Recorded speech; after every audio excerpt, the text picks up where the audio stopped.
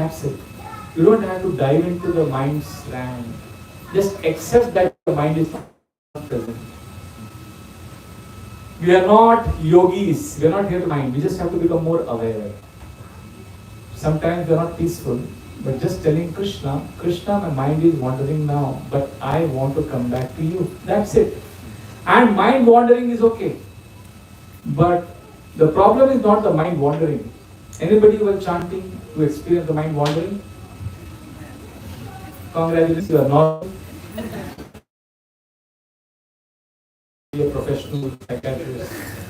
The problem is not mind wandering. The problem is when we realize that the mind is wandering.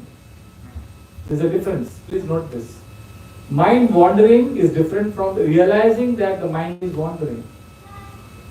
Now this is where the problem happens. When I realize the mind is wandering, you know what many of us do?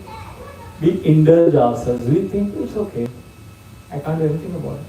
And we continue to indulge in mind wandering. That's where we are controlled by the mind. But the moment you realize the mind is wandering and if you gently come back, if in that moment you say, Krishna, I'm yours. Krishna, please help me. That is awareness and acceptance in action. So it's okay if the mind is yapping and you're not peaceful. But when you realize you're not peaceful, make a detour. Come back. Is that okay? Thank you. Yes, ma'am. Yes. Thank you for your wonderful talk. And I loved all your points about the journaling and the prayers and the gratitude. All good reminders. What a great way to start the day. So my question, I know you're talking about the porcupines and being in close proximity and being afraid. So I'm just thinking about all the pokes we're getting right now in the world. It's so pokey, like really hard. So how do we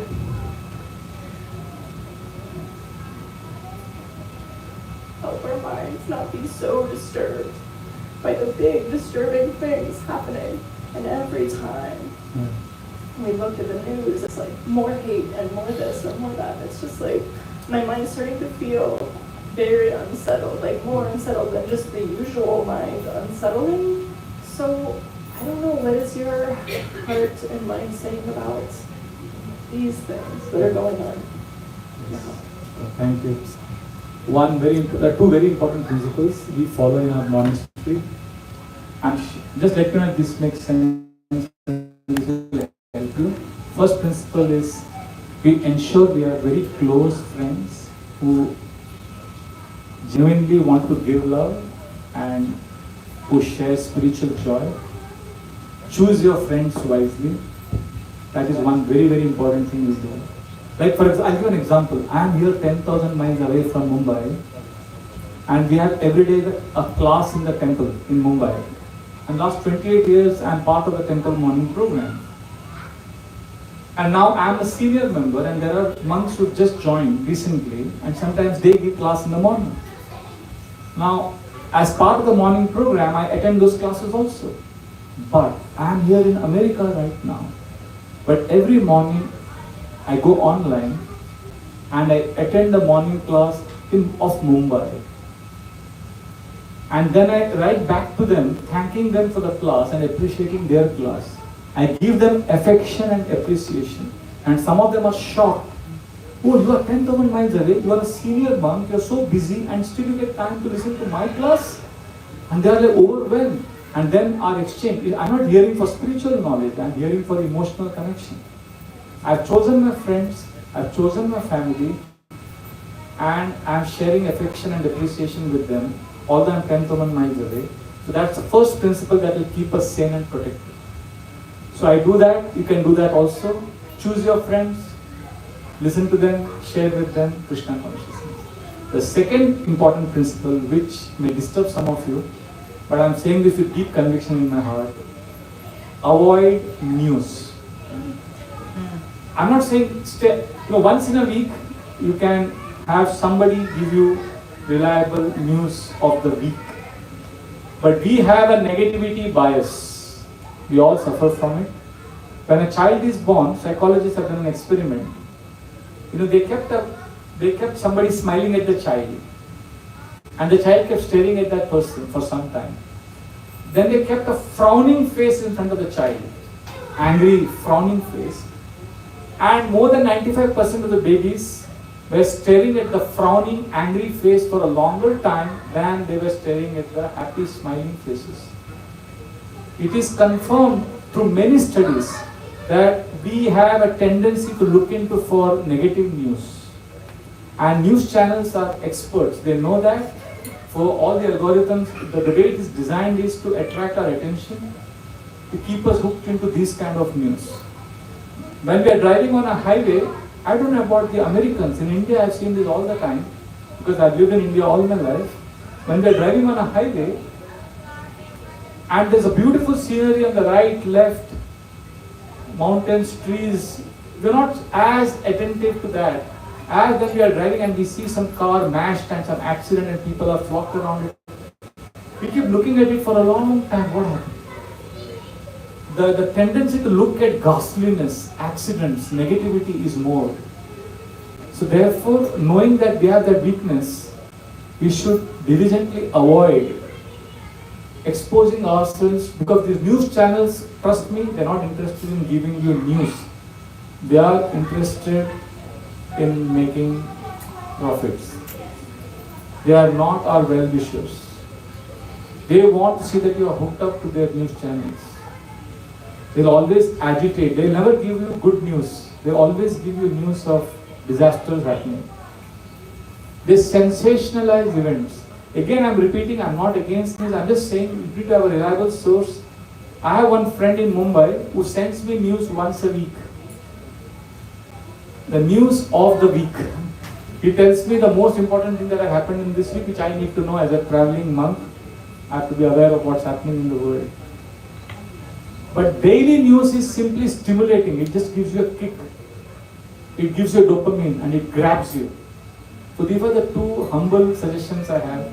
One is choose your friends wisely, especially those friends who give you love. Like these monks in my monastery, in my ashram, I'm attached to them, they're attached to me. Wherever we are, we stay connected. And that helps me, that keeps me going. I've been away for 2 months now. And I'm excited, next week I'm going back. But I've not missed them because I see them online every day. So we need to have good friends and we need to stay away from news. Is that okay? Thank you. I said 2 principles. 2 principles. Third, we can add always more things. Thank you. Hi, Krishna. Thank you for your wonderful class. And you've spoken a lot about acceptance and awareness and then affection and appreciation. Can you speak a little more about like maintaining our aspiration and our determination? One thing I want to share that I've realized is having the affection and the appreciation of like-minded devotees helps a lot, but sometimes we don't always, for me, I'm like a householder, I live at home, I don't always have that readily available. And so how to just keep that determination and aspiration at home? Yeah, it helps to ask this question, why? Why? Many of us ask how. I've seen, many classes I go, people ask me, 2 years ago I lost weight. I thought I was overweight, so I wanted to lose my weight. So I lost 15 kgs in 6 months. I went through a diet plan and people, all my friends were shocked. How did you do it? And they knew I'm a foodie, I love to eat good food. And I lost 15 kgs. And friends would flock around me. How did you lose 15 kgs? How did you do it? I want to do it. Tell me. And I would ask them, I would immediately snap at them. I wouldn't answer how I lost my weight. I would ask them, why do you want to lose weight? Because I want to be healthy. Then my second why. Why do you want to be healthy? Because I want to serve more. Why do you want to serve more? Because I want to perfect my human form of life and give the best to the world. Why do you want to perfect your human form of life? So you see where it is going? When you ask why 5 times, you will discover your how. I'll repeat. When you ask a why 5 times, you are going deeper. And you will discover your own unique how, which could be different from my how. Like for example, if I tell you you want to lose weight, run every day for 5 miles. But let's say you have a problem with your leg, you are lame or something, you have some physical challenge, you can't run. So that won't work for you. My how will not work for you. But if your why is strong, you will discover a how according to your psychophysical nature. So therefore, whenever you are down with determination, ask why. Why do I want to practice spiritual life? Why? Again, 5 times you ask, you will be sorted. It's painful. We don't want to ask why, because why makes you go deeper. We prefer to ask how in a class because the burden of the answer goes to the speaker. When you ask how, the speaker has to give an answer, and I can still wait till I surrender. I can hide behind that question for some more time, and I can excuse myself by saying that I need some more clarity before I submit myself to the process. But actually, my question of how is simply a way to avoid acting. We generally think I need some clarity before I act. But the reality of spiritual life, we need to act before we get clarity. We need to take that first bold step. We need to jump into it. We need to dive into the process. So in our scriptures, we have 2 examples. We have Dhritarashtra, who kept asking questions but never acted. And we have Parikshit Maharaj, who was also asking a lot of questions. But he first surrendered. He took some bold steps to Krishna. And then he asked questions, so his questions made a lot of sense. So it's okay to ask questions how, but first ask why.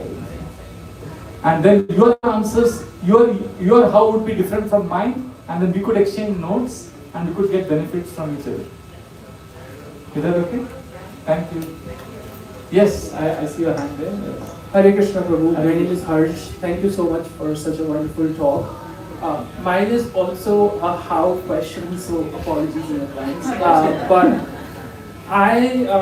a friend of mine recently lost her father, and as a friend who has not personally experienced the loss of a father, I don't know what is my responsibility at this time for that friend. How do I help them build, I don't know if acceptance is even the right word for the grief that they are going through. And also at times in life, suffering and loss and grief could be a doorway to spirituality and that connection with Krishna. So as a friend, what's my role? And is this even a right time to talk about connecting with Krishna, spirituality, or should I just wait for her to grow around the grief and then probably open up this conversation? Thank you for a very, very important question. When grief and tragedy strike, our first responsibility is to be there. If you can share silence with that person, that's the best service. Just be there. Let that person feel confidence that you are there.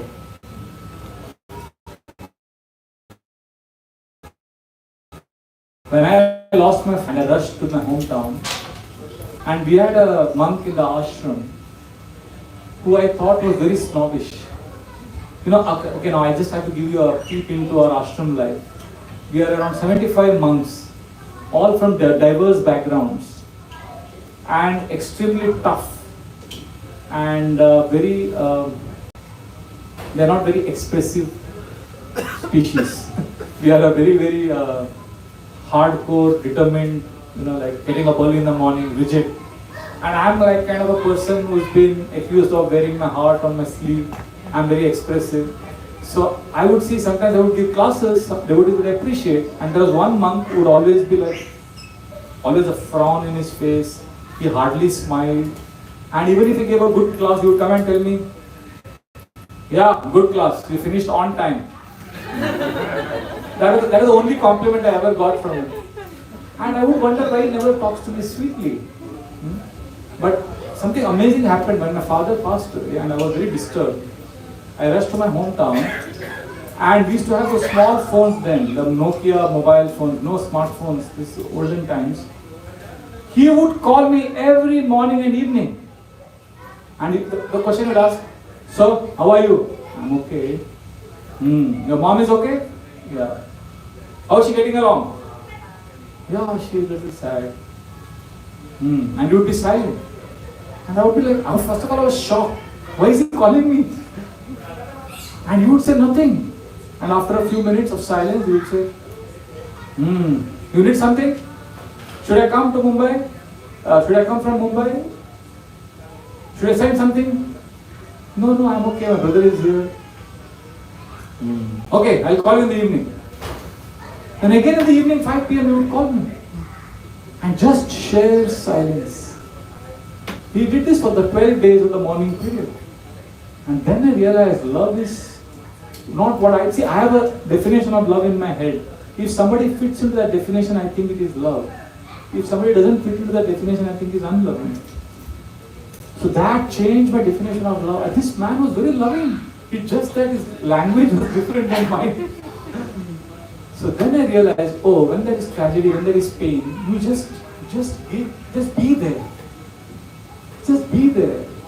So if you can do that, that's a big deposit. And then when a person is receptive, you can always give spiritual knowledge, because spiritual knowledge is the ultimate knowledge which can help us. So, but we have to be sensitive. It should appear to be intimidating, especially when somebody is in pain. Is that okay? Yes, thank you. Yes.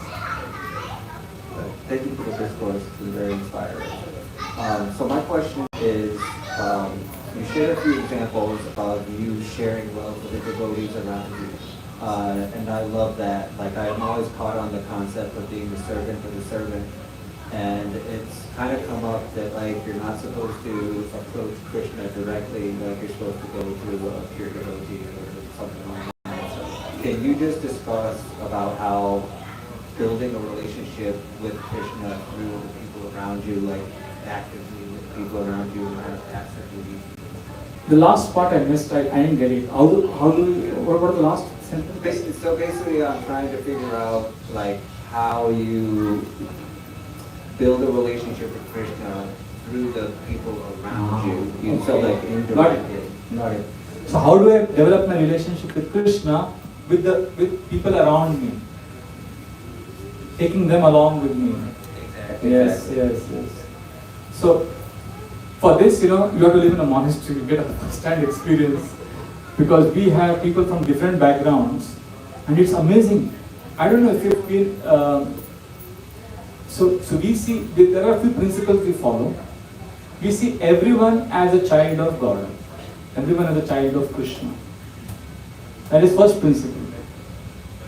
So if he is a child of Krishna, and if I claim to love Krishna, I need to also give him love. So when I joined the monastery, my spiritual master, His Holiness Srila Lalana Swami Maharaj, he is from Chicago originally. Then he went to India, he became a monk, he became a devotee, all that long story. So when I joined the ashram, I was amazed by his first class I heard. He said, "How many of you are living in this ashram?" And somebody said, "Maharaj, 40 of us." 40 of you? If each one of you is taking care of himself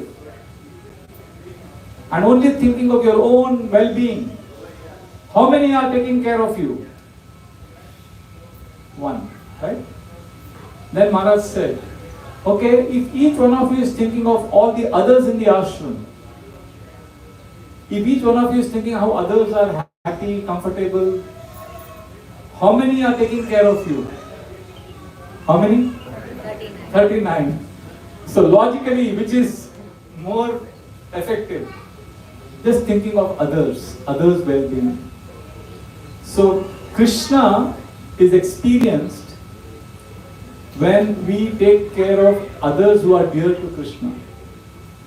So that's a principle we follow in the monastery. We live for others, and trust me when I say this, many times people don't believe me. I have been in the monastery for 28 years now, and this sentence I'm going to tell you now, I know some of you will be shocked. I say with all sincerity, I have not seen a single instance of politics or backbiting in my monastery in the last 28 years. With all sincerity and truthfulness I'm saying. So I'm not saying it's going to be like this forever. I don't know about what tomorrow will bring. But last 28 years, I have not seen a single instance of politics. So I feel it works to understand that they're all children of Krishna. But it's not easy. See, I tell you, in India, there's a lot of variety of culture. Like we have, Punjabis. Punjabis are like tall, well-built. They're very expressive people. They dance at the slightest hint. They're jumping and dancing. And we have South Indians. South Indians are very reserved kind of people. So I'm mentoring a few monks in the ashram. And this Sardar, this Punjabi fellow, this kirtan dancing, the dancing kirtan, everybody is dancing. But the South Indians come from a very reserved background. So there's one South Indian monk who is standing in the corner of the kirtan. He's like, he's absorbed, but he's reserved. And this Punjabi fellow is dancing and is the center stage. And he goes right to that South Indian and he pulls him into the center of the kirtan and slaps him hard on the back. And he laughs. So the South Indian feels intimidated and he feels he's been insulted. And both are my mentees, So the South Indian comes and tells me, why is he such a arrogant, puffed up, proud fellow? Why is he doing that? Why is he insulting me? And that Punjabi tells me, he's such a snob, he's so withdrawn. So then one day I confronted the Punjabi fellow. I said, why are you so unloving? Why do you go and beat him in front of everyone? Why do you make fun of him? And you know what he said? He said, because I love him. I said, excuse me? He said, yeah, I love him, that's why I make fun of him. If I didn't love him, I would ignore him. Just see, he is actually trying to love him, but the other fellow doesn't perceive it as love. So we all are different, but we need to see that everybody is trying to serve Krishna. Like when I joined the ashram, there was one monk in our ashram, as I told you, he's 10 years senior to me and he's always angry. He's an angry young man look. He's always angry. And in our culture, we don't take service from our seniors. We serve our seniors. And he's senior to me. And you look at me, I come from an educated background, in the sense I have academic degrees. And he's from a village, rustic, hardworking. And you tell me, oh, you guys are from college, modern educated, you don't know how to work hard. You're all pampered, spoiled brats. You're sensitive, too soft, you should be tough. And one day I had spondylitis, I was nursing the pain in my neck, I was like sitting like this. He walks up to me and says, see, you guys can't do any work, you're good for nothing, and he walked away. And I thought again, there he goes again, snobbish. But you know what he did? He walked straight to the medical room, got an ointment, which is meant for the spondylitis. He walks up to me and he starts rubbing that on my shoulder. And I said, no, you are my senior, you're not supposed to serve me, I am supposed to serve you. And he tells me, shut up. And then he rubs that ointment on my shoulder for the next 45 minutes. He's gone beyond the call of duty. Nobody asked him to do that. And I'm like, what is he doing? And then I realized he has understood the principle that he thinks I am the child of Krishna. And if he has to get Krishna's mercy, he has to please me. That's the way I got trained. So anybody is there in the morning, you have to see others as, you are here, you need to see everybody else as child of Krishna. And like that, when we look at everyone as children of Krishna, then we serve them, we give them love. I don't know if you've seen Bollywood movies, it's stereotyped, it's at the same, not now, when I was a young boy, every Bollywood movie, it was cliche. There are two young boys, they get separated at birth, they're brothers, they get separated, and then the whole movie is their independent lives, and then they become enemies, and then one of them is about to kill the other fellow in the last climax of the scene, and then just as he's about to kill him, he discovers he has a mark. You have a mark. I have a mark. You have a brother. And then they throw up the arms and then they embrace and they become brothers and then they fight the common enemy. This is how a Bollywood movie would be, Why I'm saying this is like we all are brothers and sisters in one sense. We all are connected to the same Lord. We may have some differences, but if we realize we are the same Father, we are the same Lord, we don't have to wait for the end of the movie. We can understand we are all connected to each other. We all belong to the same Lord. And then our relationships will be beautiful. Is that okay? Yes. Thank you. Hare Krishna. Okay. How much time do we have? You have time for one more question? Yes. Yeah. Hare Krishna, Prabhu. Thank you so much for that. My question is about, now we are hearing Ambarish Prabhu is in a suffering state, Yes. critical condition. Yes, yes. And over the years, we hear him, he's a great devotee, Prabhupada, well-wisher, and, did so many projects to Prabhupada and everything.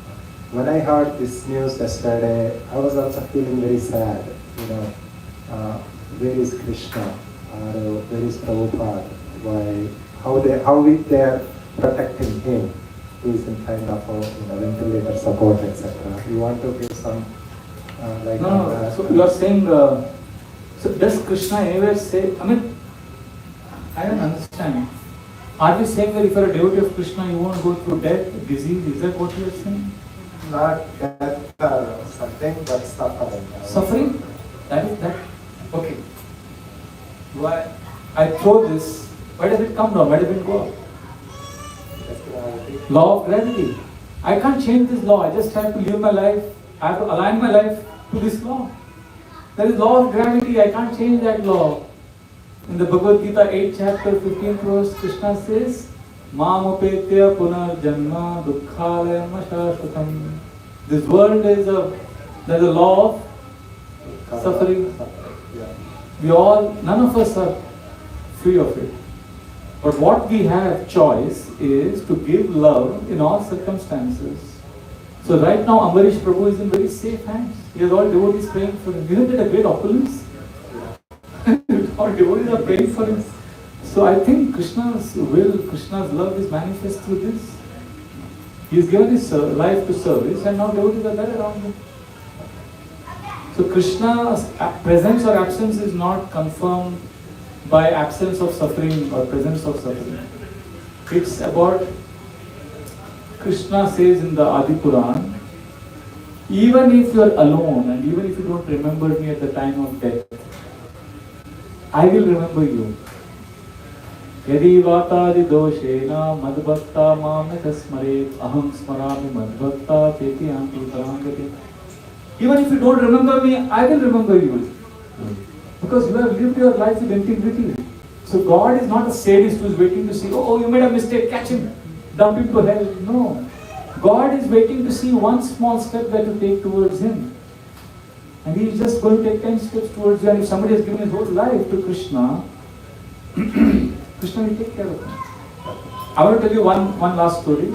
There is this devotee called Ananda Pragya from Same 4 Poles. It's in Russia, a remote town. He practiced Hare Krishna chanting for 20-25 years. And he got deadly disease, cancer, and he was dying. So all devotees are chanting Hare Krishna for him as he was dying. He was suffering. And you know what happened to him just before he died, just before he left this world? His eyes, they just kind of, there was divine light in his eyes. And he was last two weeks, he was simply gasping for breath in pain. Like that. But last few seconds before he left, he died, he gave a big smile, his eyes brightened up, and the last words, he just moved his fist like this, he gave a thumbs up sign. He gave a thumbs, this is true. And he said this sentence. He said, Prabhus, Prabhupada has not cheated us, the process is perfect, it works. And then he left his body. These are the last words he spoke. So Anand Pragya left in a glorious way. There's another devotee from Italy, I forget his name. In 2005, he died in Vrindavan because he got very deadly disease and he wanted to leave his body in Vrindavan. So all the devotees are surrounding him. And generally they expect a person to chant Hare Krishna when you are dying. But you know what? He didn't chant Hare Krishna. The last word he spoke was in Italian language. He said, Miraculo, miraculous. Something miraculous. We don't know what he saw. He kept saying, Miraculo. And he died. Hindi speaking. He said, you were saying, Merko lelo. Which means, in Miraculo in Hindi, it means, please take me. So, we were concluding by telling Krishna, please take me. So he was saying something miraculous. So there are a lot of devotees who have left their bodies remembering Krishna. We need need to have faith in the scriptures, not simply because somebody is suffering, somebody is going through, suffering is part of, what happens? Okay, this is a very graphic example. In Mumbai, there was a slum area, and there was an orphan boy who had never experienced mother's love. This is a true story. This was in the news all around. He had never experienced mother's love as an orphan, and he was. It's a perverted reflection of baseball. So in India they play cricket. So he was playing cricket with his friends, and he got injured. He fractured his arm. He was rushed to the hospital, the charitable hospital, and he was screaming in pain. He was in agonizing pain. And there was an old nurse there who treated him with love. She gave him motherly love. And when he recovered, he went back to the slums to play with his friends. And when playing, he kept looking at the direction of the hospital. And his friends asked him, "What are you looking at?" He said, "I wish I meet that accident again." Everybody said, "You were screaming in pain, you want to get that accident again?" He said, "Yeah, I wish I get that accident again." Now, do you think he wanted that accident again? Was that the main thing? What did he want? He wanted that lady's love, that mother's love. So you will find in our scriptures many prayers where devotees are saying, "Krishna, give me suffering." You find many prayers where devotees they want to get suffering. When I was a new devotee, I remember there is one prayer where Kunti is saying, "Give me more and more suffering." We would memorize all there are 26 verses. We would memorize 25 verses, but not this one. We were afraid that if I memorize this verse, "Krishna, give me suffering," and what if Krishna hears me and says, "So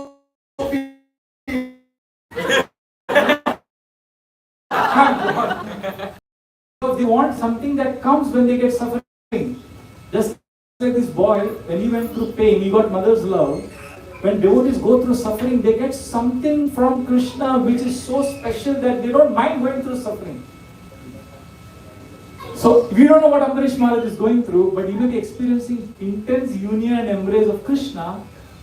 So, let us pray for him, let us be servants, but let us not judge and doubt Krishna's love. Hare Krishna. Hare Krishna.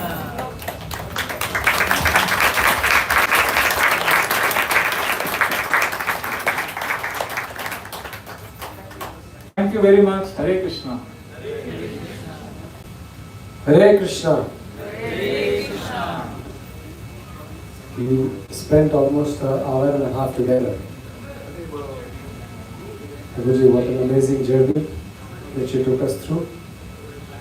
And of course, a lot of practical tips in terms of how we can manage our mind. Hopefully, our mind will become. But at this point, again, I was mentioning that Prabhuji was here with us in Pittsburgh 3 years back. Actually, he was speaking in Detroit, and I got a chance to hear that recording, and I was thinking, I wish we can have Vrajbihari Prabhu in Pittsburgh. I was just thinking like that, and I was actually thinking that next year when he comes, I want to chase him. And I make sure that he comes to Pittsburgh, and then somehow, he actually heard our prayers, and it's an amazing feast that Prabhuji has given us yesterday and today. Fabulous experience. So let us express our deep gratitude to Vrajbihari Prabhu for his association, for his guidance, all the sweet stories with us, sweet examples. Let us thank Prabhuji by loudly chanting Hari Bol 3 times.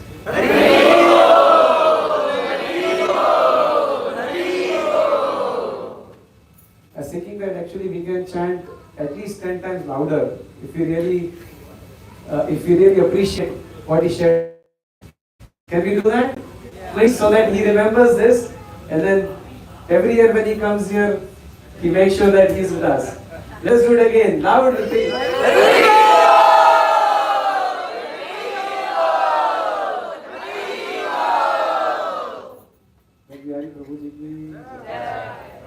Thank you so much. Hare Krishna. Pray for me. Please bless me. Hare Krishna. I was thinking that at least we all should share our names with him before he leaves. So hopefully in the next 30 days, or maybe 15 days, maybe 10 days, since we're 50 here, we will make it on his morning prayer. I need your prayers, bro. I'm just sharing some of the practices that are helping me. Hoping we'll also do that, and you'll all help each other. Hare Krishna. Hare Krishna. So we'll have nursing prayers and then dinner. Alright.